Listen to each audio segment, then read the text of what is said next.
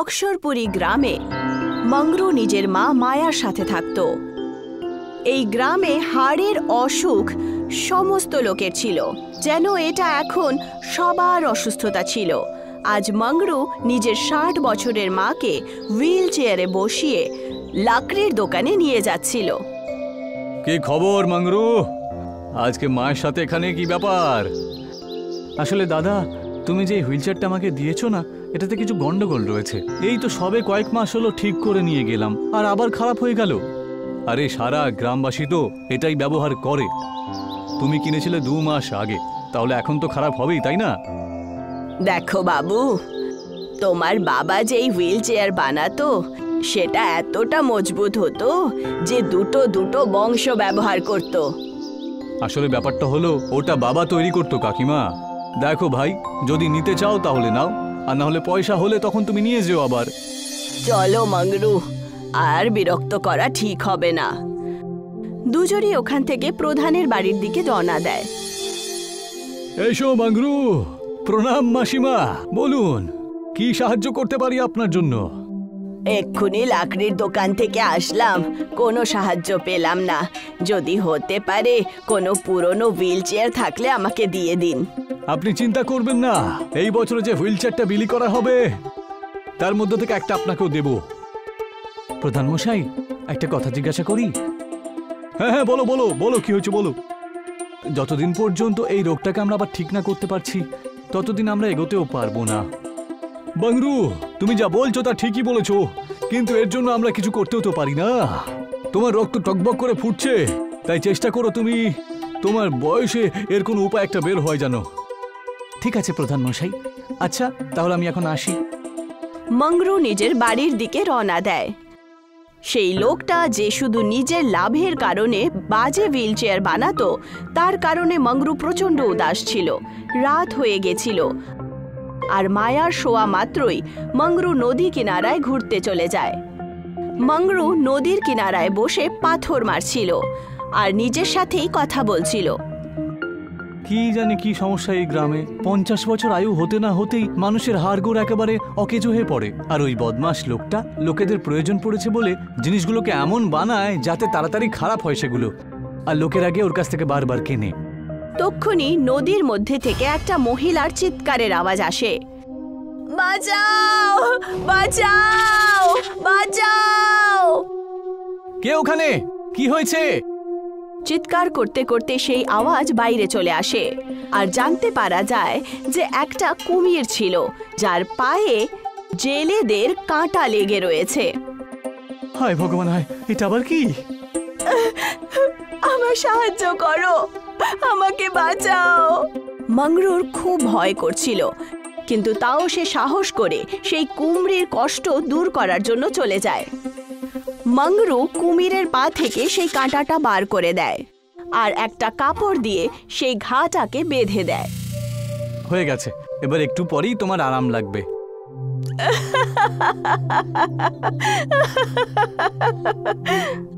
তক্ষুনি সেই কুমির একটা সুন্দরী জলকন্যার রূপে পরিবর্তিত হয়ে যায় আর মংরুকে হাসতে হাসতে বলতে শুরু করে, আমি একটা জলকন্যা, আমার উপরে একটা অনেক বড় শ্রাপ ছিল।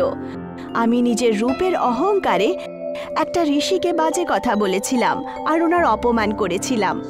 তখন থেকে উনি আমাকে অভিশাপ দিয়েছিলেন যে আমার ভয়ঙ্কর কুমিরের মতো চেহারা হবে, আর কোনো সাহসী আর সৎ মানুষ হবে যে এই রূপটাকে দেখে আমার সাহায্য করবে। তখন আমি অভিশাপ থেকে মুক্তি পাব। সাহস, ধৈর্য, সততা, এই সব কিছু আছে তোমার মধ্যে। এই সব গুণের কারণেই আমি খুশি হয়ে তোমাকে একটা ইচ্ছে চাওয়ার সুযোগ দিচ্ছি। আমি নিজের জন্য কিছুই চাই না দেবী, তবে যদি আপনি চান তাহলে গ্রামে যে রোগটা ছড়িয়ে পড়েছে হাড়ের, সেটা যদি ঠিক হয়ে যায় তাহলে খুব ভালো হয়। একদম ঠিক হবে, তথাস্তু, হয়ে যাবে। তোমার বাড়ির কাছে একটা কুঁয়ো চলে আসবে। ওই কুঁয়োতে শুধু দুধ দিয়ে তৈরি জিনিস তুমি নিজের ইচ্ছে মতো বার করতে পারো। কিন্তু তা দিয়ে গ্রামবাসীদের কিরকম সাহায্য হবে দেবী? দুধ আগে থেকেই হাড়ের জন্য খুব ভালো, কিন্তু এটা দিব্য দুধ। এটাকে খেতেও পারো বা এর আশেপাশেও থাকো, তাহলে সে সমস্ত অসুস্থতা গোড়া থেকে শেষ করে দেবে। কিন্তু মনে রেখো মাংরু, এটা তোমার গুণ দেখে আমি তোমায় দিয়েছি। এর ব্যবহার শুধু তোমার ইচ্ছে দ্বারাই হবে। এখন আমি বিদায় চাইছি। কল্যাণ হোক। মাংরু খুবই খুশি খুশি নিজের বাড়ি পৌঁছায় আর দেখতে পায় যে ওখানে একটা কুয়ো রয়েছে আর তার মধ্যে সাদা রঙের দুধ। জয় হোক দেবীর। পরের দিন মাংরু পঞ্চায়েত ডাকে আর সমস্ত লোকেরা মাংরুর বাড়ির বাইরে দাঁড়ায়। ওখানে গ্রামের লোকেদের সাথে প্রধান, সেই লাকড়ির দোকানের লোক আর সোমনাথ মিস্ত্রিও ছিল। আপনাদের সবাইকে স্বাগত। আমি আপনাদেরকে একটা বিশেষ কারণে ডেকে পাঠিয়েছি। শুনে তো বেশ বিশেষই মনে হচ্ছে, কিন্তু ব্যাপারটা কি বলতো? তুমি যেইভাবে বলছো যেন সেরকম বিশেষই হয়, তাহলে খুব ভালো হবে। আমাদের মূল্যবান সময় যেখানে দিচ্ছি আমরা। আরে হ্যাঁ দাদা, হ্যাঁ অবশ্যই বিশেষ। এই যে কুয়োটা দেখতে পাচ্ছ না, একজন জলকন্যা গ্রামের পরিস্থিতি দেখার পরে এই দুধের কুয়োটা আমাদের দিয়েছে। বা আমার ইচ্ছে অনুসারে এই কুয়ো থেকে যে দুধ আমি তুলে নিয়ে এসে বের করব, তার আশেপাশে থাকলে পরে সারা গ্রামের হাড়গোড় সব ঠিক হয়ে যাবে আর এই পূর্বপুরুষ ধরে চলে আসা রোগটা ঠিক হয়ে যাবে। ঠাট্টা করছো নাকি? এই তাহলে সেই বিশেষ কথা যার জন্য ডেকে পাঠিয়েছো। আমি জানতাম এই বরদান অভিশাপের কথা একেবারে বিশ্বাস করা যায় না। আপনারা নিজেরাই ওই কুয়োর দুধ খেয়ে একবার দুধ চেখে দেখুন না। মাংরুর কথা শুনে সমস্ত গ্রামবাসীরা কুয়োতে তাকিয়ে দেখে আর দেখতে পায় যে সত্যি সত্যি সেই কুয়োতে দুধ রয়েছে। সবাই আশ্চর্য হয়। তারপর মাংরু বালতি দিয়ে দুধ বার করে সবাইকে দুধ খাওয়ায়। আমার বয়সও তো সেই রেখা পার করতেই চলেছিল যখন আমার হাড়গুলো অকেজো হয়ে পড়তো, কিন্তু এই দুধটা খাওয়ার পরেই তো এখন বেশ ভালোই লাগছে আমার। হ্যাঁ প্রধান বাবু, একদম ঠিক কথাই বলেছেন আপনি। যদি মাংরুর কথা আমরা শুনে নি, তাহলে এই পূর্বপুরুষের রোগ থেকে আমরা মুক্তি পাবো। হ্যাঁ সোমনাথ, আর আমি সেই জন্যই তোমাদের ডেকে পাঠিয়েছি। আমি চাই যে আমরা সবাই মিলে প্রতি বাড়িতে বাড়িতে এই দুধ দিয়ে বানানো পনিরের তৈরি করা আমার ইচ্ছে মতো এই পনিরের রূপে বেরিয়ে আসবে আর একটু শক্ত হয়ে যাবে। ঠিক আছে মাংরু? সবাই খুব খুশি হলো আর পরের দিনই সবাই মিলে পনির বানাতে শুরু করে দেয়। যেন গ্রামে খুশির একটা নতুন স্রোত বইছিল, যেন গ্রামের লোকেদের মধ্যে একতার জন্ম হয়েছিল। সবাই দেখতে চাইছিল যে অনেক দিন ধরে চলছিল যেই অসুস্থতা, তার অন্ত কী করে হবে আর সেটা কতটা সুখময় হবে। মিস্ত্রি আর প্রধান মাংরুর বাড়িতে বসেছিল। মায়া যদিও লাঠির সাহায্যে চলছিল, কিন্তু এখন সে হাঁটতে পারছিল। মাত্র 2 মাসের মধ্যেই এতটাই পরিবর্তন হয়েছে যে কি বলবো তোমায়। হ্যাঁ প্রধান মশাই, যদি সবকিছু ঠিকঠাক চলে তাহলে মাত্র 2 বছরের মধ্যেই এই সমস্যা পুরোপুরি নির্মূল হয়ে যাবে আর আগামী প্রজন্মকে কখনো কোনো সমস্যাই হবে না। কিন্তু একটা কথা সবসময় মাথায় রাখতে হবে যে ওই বদমাশ লোকটা সবসময় আমার কাছে এসে ঘ্যান ঘ্যান করে যে আমি যেন গ্রামের লোকজনকে একেবারেই সাহায্য না করি। ছোটবেলার বন্ধুত্বের দিব্যি খাওয়া, আর যখন তাতেও কাজ হলো না তখন সম্পর্ক শেষ করে দেওয়ার ধুমকি দেয় আমাকে। এটা তো খুব চিন্তার বিষয়। ও এমনটা কেন করছে প্রধান মশাই? তুমি একেবারে ভোলা মাংরু, সেই জন্যই বুঝতে পারছো না। সবার সমস্যা যদি ঠিক হয়ে যায় তাহলে ওর ব্যবসা তো একেবারে ডুবে যাবে। মাংরু কিছু ভাবতে শুরু করে, কিন্তু সে কোনো উত্তরই দেয় না। আরে কিছু কথা বলছো না কেন মাংরু? যদি কোনো ভেতরে কথা থাকে তাহলে আমাদেরকে বলো না, মনটা হালকা হবে।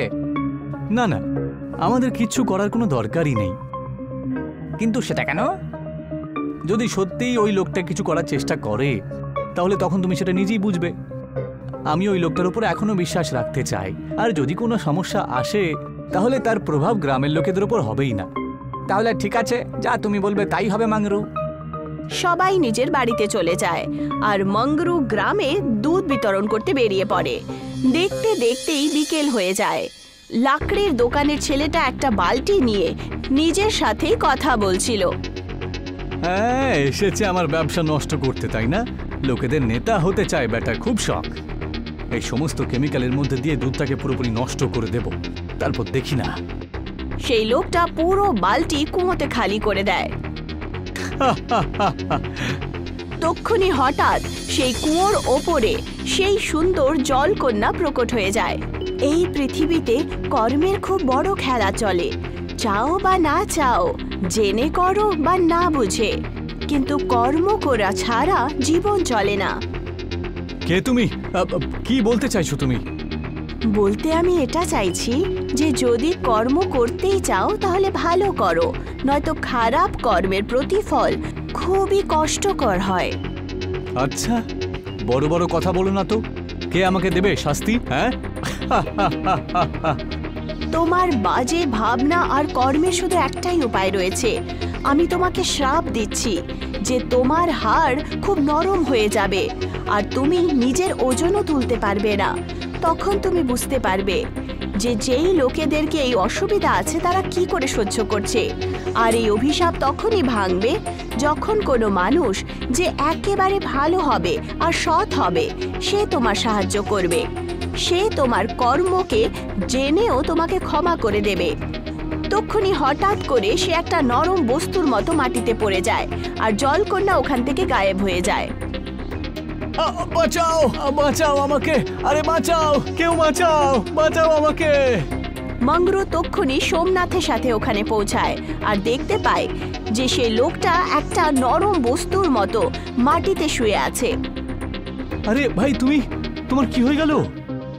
আরে আমাকে রক্ষা করো, আমায় ক্ষমা করে দাও, এই অভিশাপ থেকে মুক্ত করো। কিন্তু তুমি এমন কি করলে বলো তো? আসলে ওই লোকটা কাঁদতে কাঁদতে সমস্ত কথা বলে দেয়। সোমনাথ খুব রাগের চোটে বলে ওঠে, কিন্তু তুমি যা করেছো তা ক্ষমার যোগ্য একেবারেই নয়, বুঝলা? আমায় ক্ষমা করে দাও, ক্ষমা করে দাও ভাই, আমায় ক্ষমা করে দাও। তোমাকে এটা বুঝতে হবে যে কুকর্ম করার জন্যই তুমি এই অভিশাপটা পেয়েছো।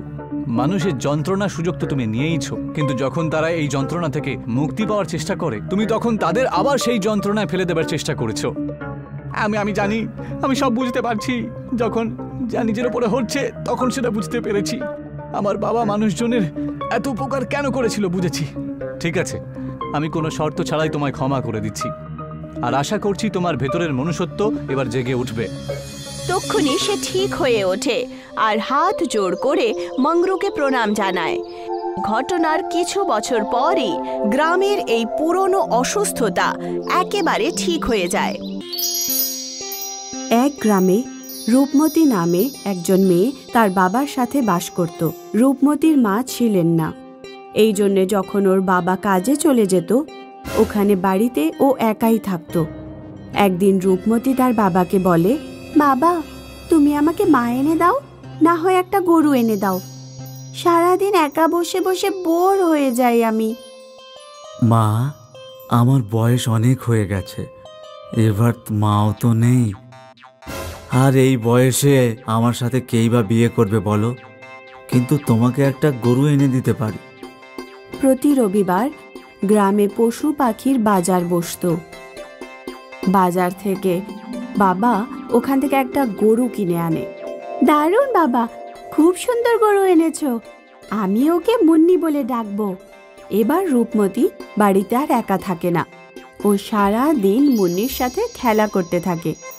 কখনো ওকে ঘাস খাওয়ায়, কখনো ওকে দুধ দোয়ায়, কখনো ওকে কবিতা পড়ে শোনাতো। রূপমতীর বাড়ির পেছনেই শেঠ আর শেঠানি বাস করত। রূপমতীর গরু মুন্নি খুব শয়তান ছিল। ও যখনই সুযোগ পেত ও গ্রামে এদিকে ওদিকে ঘুরে বেড়াতো। একদিন দুপুরে রূপমতীর খুব ঘুম চলে আসে। তখন মুন্নি শেঠানির পরিষ্কার ঘরে গিয়ে গোবর করে আসে। ওখানে গিয়ে শেঠানি যখন ঘুম থেকে ওঠে ওনার খুব রাগ হয়। উনি এদিক সেদিক না দেখে মুন্নিকে লাঠি দিয়ে খুব মারতে শুরু করে।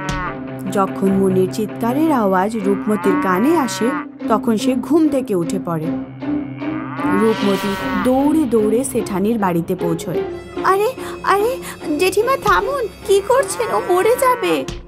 নিয়ে যায় ওকে এখান থেকে, পরে যদি আবার আমার বাড়ি নোংরা করে তাহলে আমি ওকে ছাড়বো না।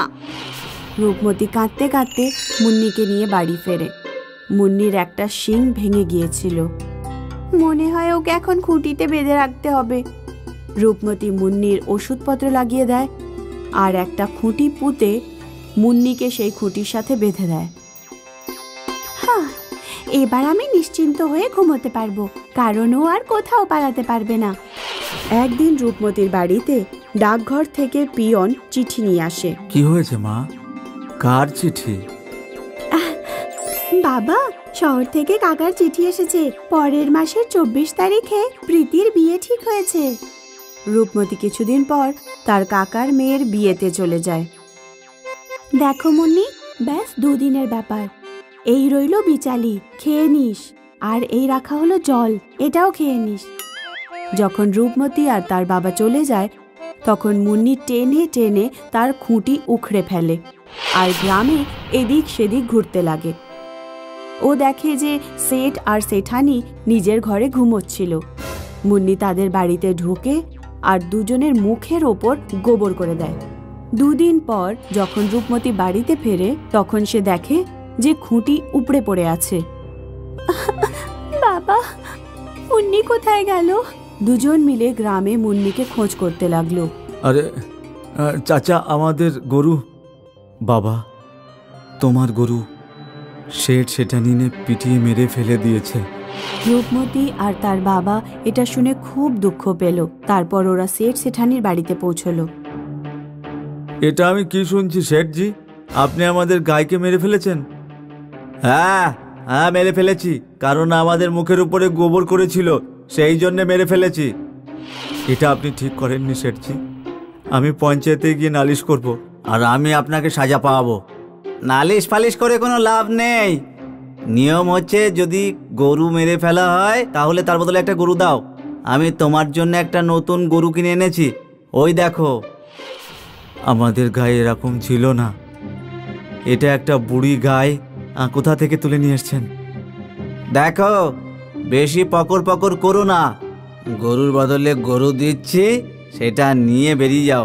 আমার সঙ্গে শত্রুতা করলে তাহলে মনে রেখো, তোমারও একটা মেয়ে আছে, বুঝলে? কি করবে তুমি আমার সঙ্গে, বলো তো? চল মা, এরকম মানুষের সঙ্গে কথা বলা উচিত না। রূপমতি আর তার বাবা বুড়ো গরুটাকে বাড়িতে নিয়ে আসে।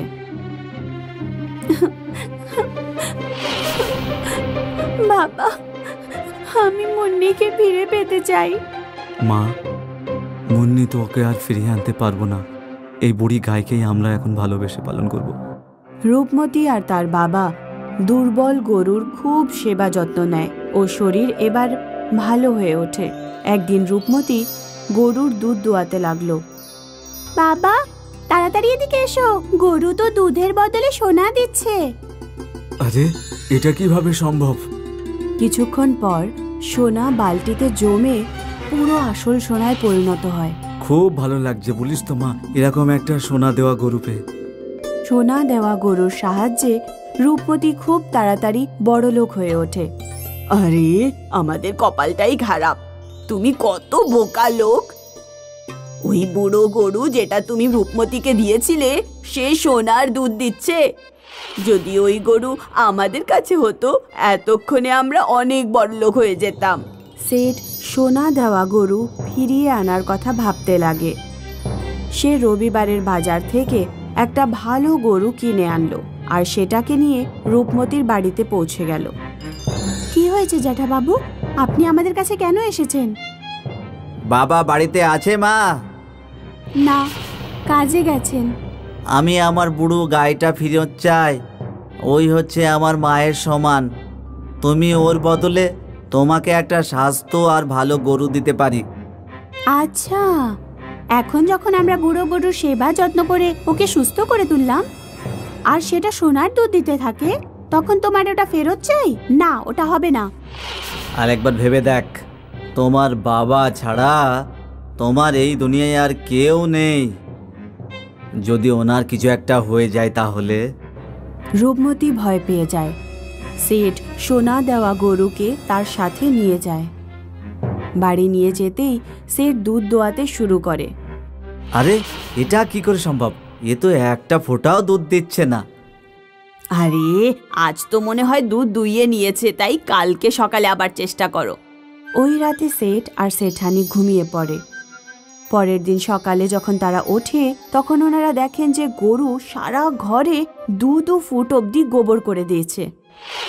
সেঠ আর সেঠানি বিছানা ছেড়ে বাইরে যাবার চেষ্টা করে, কিন্তু দুজনেই গোবরের মধ্যে ফেসে যায়। আর দুজনেই দম আটকে মরে যায়। তাই তো কথায় বলে, যে অন্যের সাথে খারাপ করে তার শেষটাও খুবই খারাপ হয়।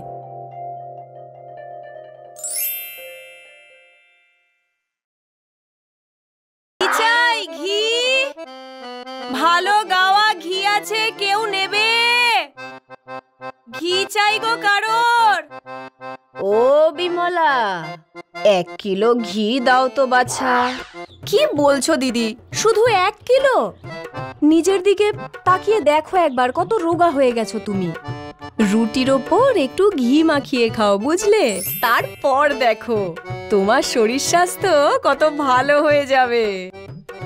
ঠিক আছে ঠিক আছে, তুমি 2 কিলো দাও তাহলে। আচ্ছা বেশ, তাই দিচ্ছি। বিমলা 2 কিলো ঘি ওজন করল আর সে আনন্দে এগিয়ে যেতে থাকলো। রাস্তার মধ্যে ও অনেক গ্রাহকের দেখা পেল।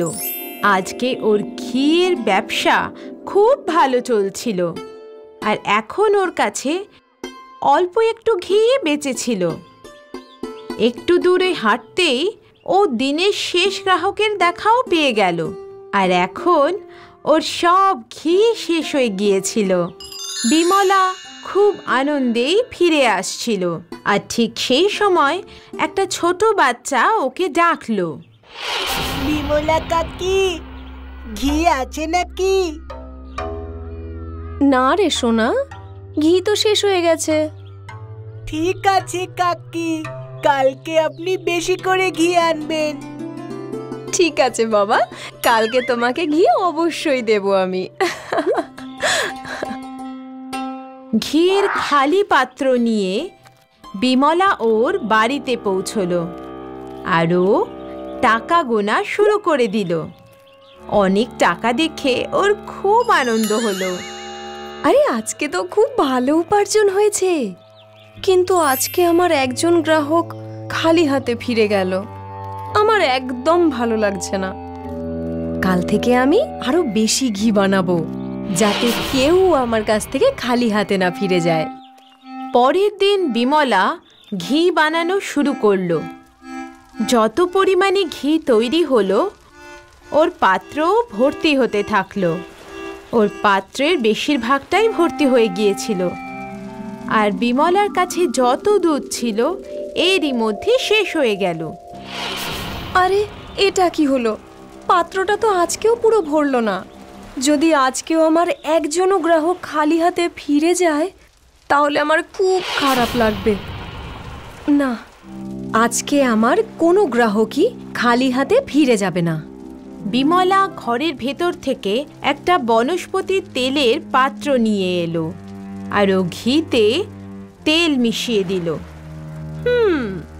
এবার কেউ আর খালি হাতে ফিরে যাবে না। ঘি লাগবে, ঘি, ঘি চাই গো কারোর। খুব ভালো গাওয়া ঘি আছে গো, কেউ নেবে ঘি? কাকি, 1 কিলো ঘি দিয়ে দাও। হ্যাঁ বাবা, কালকে তুমি ঘি পাওনি তো, তাই আজকে একটু বেশিই নাও। বিমলা বাচ্চাটাকে ঘি দিয়ে দিল, আরও এগিয়ে যেতে থাকলো। আর এইভাবেই বিমলা বাকি মানুষদেরও নিজের ঘি বিক্রি করতে থাকলো।